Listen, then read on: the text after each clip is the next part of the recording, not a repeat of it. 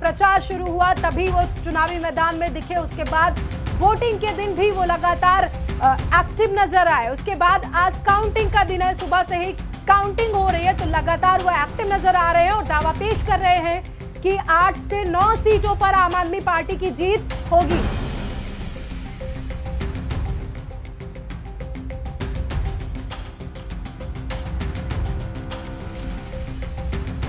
तो चलिए ground zero से हमारे सहयोगी शिवम त्रिपाठी जुड़ गए हैं। शिवम, देखिए जिस तरीके से जिला पंचायत चुनाव के लिए काउंटिंग जारी है और सुबह से ही गुड़ागड़ी जो है वो पल पल बदलते नजर आ रहे हैं, क्या कुछ स्थिति इस समय देखने को मिल रही है?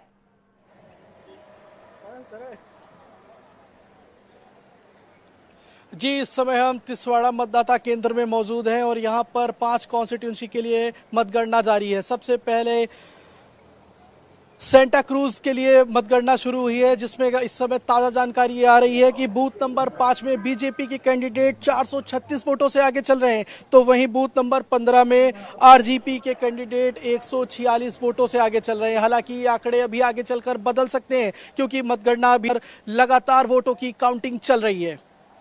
शिवम, देखिए जिस तरीके से विपक्षी पार्टियां जो हैं वो लगातार दावा पेश कर रहे हैं कि इस बार बीजेपी को हारना ही होगा क्योंकि इस बार बैलेट पेपर से चुनाव हुआ है, ईवीएम से चुनाव नहीं हुआ है। तो जब भी बैलेट पेपर से चुनाव होता है तो बीजेपी को नुकसान झेलना पड़ता है, तो क्या कुछ दिख रहा है अभी वहां पर?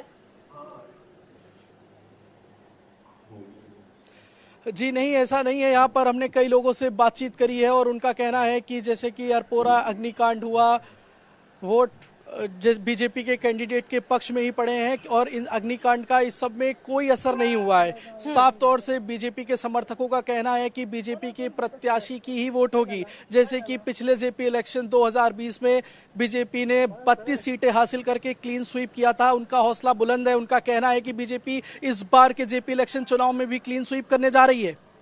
शिवम, एक चीज और देखिए, सुबह से ही काउंटिंग शुरू हो चुकी है, 8 बजे से काउंटिंग हो रही है, 50 सीटों पर ये काउंटिंग हो रही है। आम आदमी पार्टी की तरफ से दावा पेश किया जा रहा है कि 809 सीटों पर वो जीत रहे हैं। कांग्रेस अलग दावा पेश कर रही है कि हम जीत रहे हैं, आरजेपी अलग से दावा पेश कर रही है।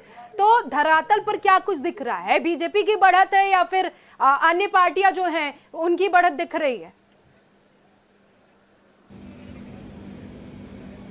जी, अभी तक तो यहाँ पर यही देखने को मिल रहा है कि बीजेपी के समर्थकों में काफ़ी उत्साह है। बीजेपी की कैंडिडेट्स को जीतने के लिए वो पूरी दम भर रहे हैं। वो कह रहे हैं कि बीजेपी इस बार भी पिछली बार की तरह ही प्रदर्शन करेगी। हालांकि जिस तरह से आम आदमी पार्टी के लिए अरविंद केजरीवाल और दिल्ली की पूर्व मुख्यमंत्री आतिशी ने आकर अपने कैंडिडेट्स के लिए प्रचार किया है, शायद हो सकता है कि उसका भी असर पड़े। जनता थोड़ा सा मन बना ले कि उनको भी एक बार मौका मिलना चाहिए, किसी नई पार्टी के कैंडिडेट्स को भी जनता उनको मौका दे सकती है। शिवम, देखिए पिछली बार बीजेपी ने 30+ सीटें जीती थी, लेकिन इस बार लग रहा है जो ये रुझान आ रहे हैं, धीरे धीरे वोटों की गिनती बढ़ रही है, लग रहा है कि हो सकता है 30 से नीचे भी आ सकते हैं। क्या ऐसा कुछ दिख रहा है वहां पर? ऐसा हो सकता है क्योंकि बीजेपी के ऊपर जो बीजेपी के आम कार्यकर्ता हैं वो इस बात से नाराज हो सकते हैं कि बीजेपी ने यहाँ पर अपने घर के बच्चों को, रिश्तेदारों को टिकट देने का काम किया है। हो सकता है इससे बीजेपी के जो गोवा के जो आम समर्थक हैं वो नाराज हो जाएं और इससे बीजेपी को नुकसान उठाना पड़ सकता है। सोनम, शिवम, एक चीज और, आप ग्राउंड जीरो पर हैं तो वहां की तस्वीरें बहुत कुछ बयां कर रही होंगी। कोशिश करिए कि आप दर्शकों तक वो तस्वीरें पहुंचाइए और दिखाइए कि किस तरीके से सुरक्षा के सख्त इंतजाम किए गए हैं और कड़ी सुरक्षा के बीच वोटों की गिनती चल रही है। जी, मैं आपको दिखाता हूँ। यहाँ पर सुरक्षा के कड़े इंतजाम चल रहे हैं। पुलिस प्रशासन यहाँ पर चप्पे चप्पे पे मौजूद है, जैसे कि कैमरामैन दिखाइए। वहाँ पर पुलिस प्रशासन गेट पे मुस्तैद है, बराबर लोगों की चेकिंग करके उनको अंदर जाने दिया जा रहा है। प्रॉपर तरह से सब कुछ चालू है, यहाँ पर किसी तरह का कोई भी गड़बड़ी नहीं होने दे रही है। और जैसे कि आप सामने देख सकते हैं, ट्रैफिक पुलिस भी बाकायदा सुबह से अपना काम कर रही है। हर गाड़ियों की बाकायदा चेकिंग की जा रही है, किसी को भी बिना चेकिंग के गेट के अंदर पुलिस जाने नहीं दे रही है ताकि किसी भी तरह की कोई गड़बड़ी ना हो सके। इसका पूरा इंतजाम रखा गया है। शिवम, देखिए जिस तरीके से बीजेपी दावा पेश कर रही है कि हमारी जीत होने वाली है, कहीं ना कहीं ये दावे जरूर हैं, लेकिन सच्चाई तभी सामने आएगी जब वैलिड पेपर्स की काउंटिंग मुकम्मल हो जाएगी। जी, आप सही कह रही हैं। जब वैलिड पेपर्स की काउंटिंग पूरी हो जाएगी उसके बाद तस्वीरें साफ हो जाएंगी। धीरे धीरे तो जैसे टाइम बीतेगा तो थोड़े थोड़े सीटों के रिजल्ट सामने आने लगेंगे। इससे भी पिक्चर क्लियर हो जाएगी कि जेपी इलेक्शन में बीजेपी का परचम लहराएगा या नहीं, बीजेपी पिछली बार से अच्छा प्रदर्शन करेगी या नहीं, ये तो थोड़ी देर बाद ही क्लियर होगा क्योंकि काउंटिंग अभी जारी है। सोनम, में एक चीज और देखने को मिल रही है, हर जिला पंचायत सीट पर बीजेपी का जो एक तरीके से कहें बीजेपी के पक्ष में ज्यादातर लोग देखने को मिले। जब हमारी टीम ग्राउंड जीरो पर थी उस वक्त लोग बीजेपी के पक्ष में ज्यादा नजर आए, वो बीजेपी के लिए ही बात करते नजर आए कि हम बीजेपी को सपोर्ट करेंगे। लेकिन क्या ये सपोर्ट मतदान के वक्त वोटों में तब्दील हुआ है?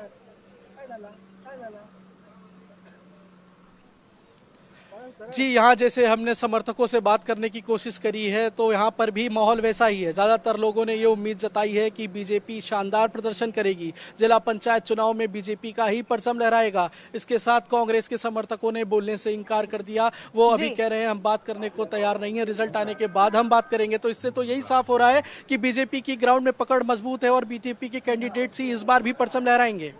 चलिए ठीक है, तमाम जानकारी के लिए आपका बहुत शुक्रिया शिवम।